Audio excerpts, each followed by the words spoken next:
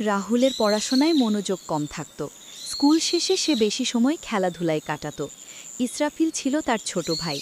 নিয়মিত পড়াশোনায় নিষ্ঠা দেখাত আর রাতে নিজের নোট গুছিয়ে রাখত। একদিন ক্লাসে রাহুল প্রশ্নের উত্তর না পারায় লজ্জিত হল।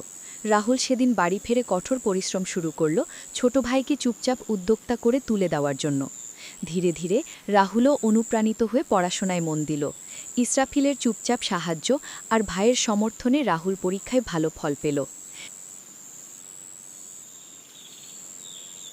তুই হোমওয়ার্ক করলি রাহুল? গণিতের খাতাটা তো কাল জমা দিতে হবে। করিনি তো ইসরাফিল, গণিতের অঙ্কগুলো একদম মাথায় ঢোকে না।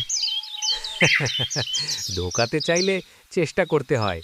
আমি তো একটু একটু করে করেছি, তাই কঠিন লাগছে না। আচ্ছা, তুই কি আমাকে শেখাবি? আমি একা পারি না। অবশ্যই, আমরা দুজনে বসে করব, তাহলে মজা হবে। ঠিক আছে, তোর মতো ভাই থাকলে পড়াশোনাও কঠিন হয় না। তাই তো, আমরা একসাথে পড়ব, একসাথে খেলবো।